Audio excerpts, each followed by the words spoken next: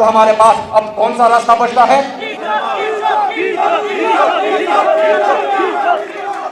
یہ واحد راستہ. آج بھی عمران خان صاحب پاکستان کا سب سے مقبول ترین لیڈر ہے.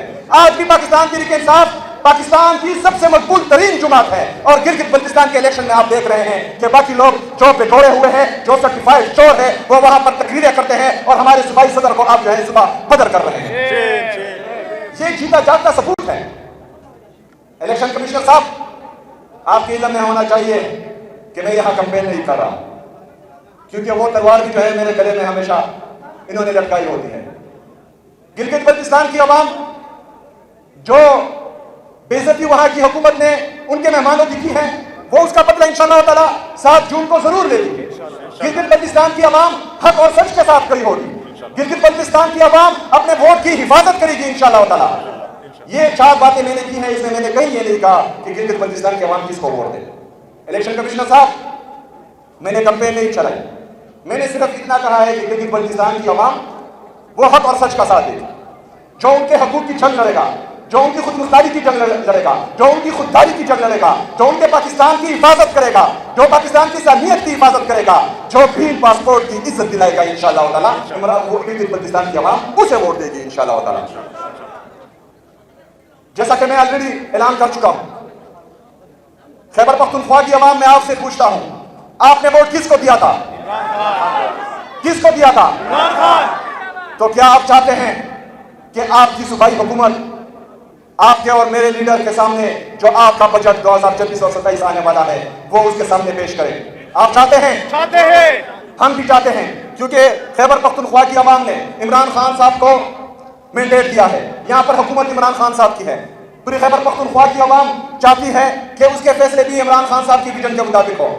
تو میں بحیثیت وزیر اعلیٰ, میری پوری کیبنٹ خیبر پختونخوا کے تمام پارلیمنٹیرین یہ چاہتے ہیں کہ 2026 اور 27 کا جو بجٹ ہے وہ عمران خان صاحب کے ساتھ ڈسکس کیا جائے. لیکن مجھے اجازت نہیں ہے, اگر فرض کریں 9 تاریخ کو یا 9 تاریخ تک مجھے اور مزمل اسلم صاحب کو جو ہمارے وزیر خزانہ ہیں اجازت نہیں دی گئی عمران خان صاحب سے ملنے کی, تو انشاءاللہ تعالی ہم قومی اسمبلی کے سامنے دھرنا دیں گے 10 تاریخ کو, اور وہاں پر انشاءاللہ تعالی آپ کا مقدمہ ان سب کے سامنے رکھیں گے انشاءاللہ تعالی. میرے خیبر پختونخوا کی عوام, میں آپ سے یہ وعدہ کرتا ہوں کہ انشاءاللہ تعالی میرا جتنا بھی بقایا ٹینور ہے, جتنا بھی کا مطلب ہے کہ جب تک عمران خان صاحب فیصلہ نہ کرے, تو انشاءاللہ تعالی 3 سال تو ابھی باقی ہے. کسی کا باپ بھی مجھے نہیں ہے. جتنا بھی عمران خان صاحب کی صوبائی حکومت کا ٹینور رہتا ہے انشاءاللہ تعالی, یہ تو صرف شروعات ہے. میں نے ہزارہ ریجن کے لیے 200 ارب روپے کا پیکج رکھا ہے, جس میں 150 ارب روپے ترقیاتی منصوبوں میں لگیں گے, 50 ارب روپے کیونکہ وہ ہمارا ٹورزم کا زون ہے, ٹورزم کا ریجن ہے, 50 ارب روپے وہاں پر ہم نے ٹورزم کے لیے رکھے ہیں.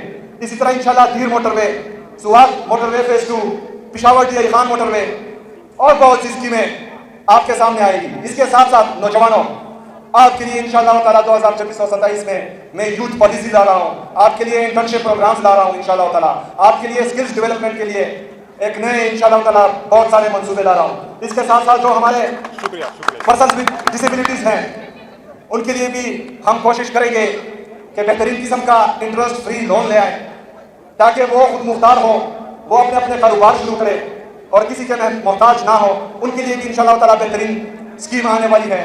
اس کے ساتھ ساتھ ہمارے جو مائنارٹیز ہیں ان کے لیے بھی انٹرسٹ فری لون, تاکہ وہ صرف کلاس 4 کے لیے یا سلیپر کے لیے انتظار نہ کرے, وہ بھی خود مختار پاکستانی بنے, اپنے کاروبار شروع کریں.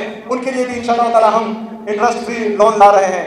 اس کے ساتھ ساتھ ہیلتھ اور ایجوکیشن پر ہم بھاری انویسٹمنٹ کرنے جا رہے ہیں عمران خان صاحب کی ویژن کے مطابق. ہمارا جو کمزور طبقہ ہے, ہماری جو یہ کمزور طبقے کی علاوہ میں بات کر رہا ہوں کیونکہ ہماری عورتیں جو ہیں وہ بھی طاقتور ہیں, بہادر ہیں, غیرت مند ہیں, جرت مند ہیں. خواتین کے لیے بھی انشاءاللہ تعالی ہم اسکیمز لا رہے ہیں. تو یہ 2026 اور 27 کا بجٹ جتنا ہم نے عمران خان صاحب کو دیکھا ہے, پڑھا ہے, سمجھا ہے, اس کے ویژن کے مطابق, کیونکہ اس کا جو احساس ہے عام عوام کے لیے, غریب طبقے کے لیے, ہمارے یتیموں کے لیے, مسکینوں کے لیے, عورتوں کے لیے, وہ احساس انشاءاللہ تعالی ہم اس بجٹ میں آپ سب کے سامنے لائیں گے انشاءاللہ تعالی. لیکن ہمیں امید ہے, زندہ باد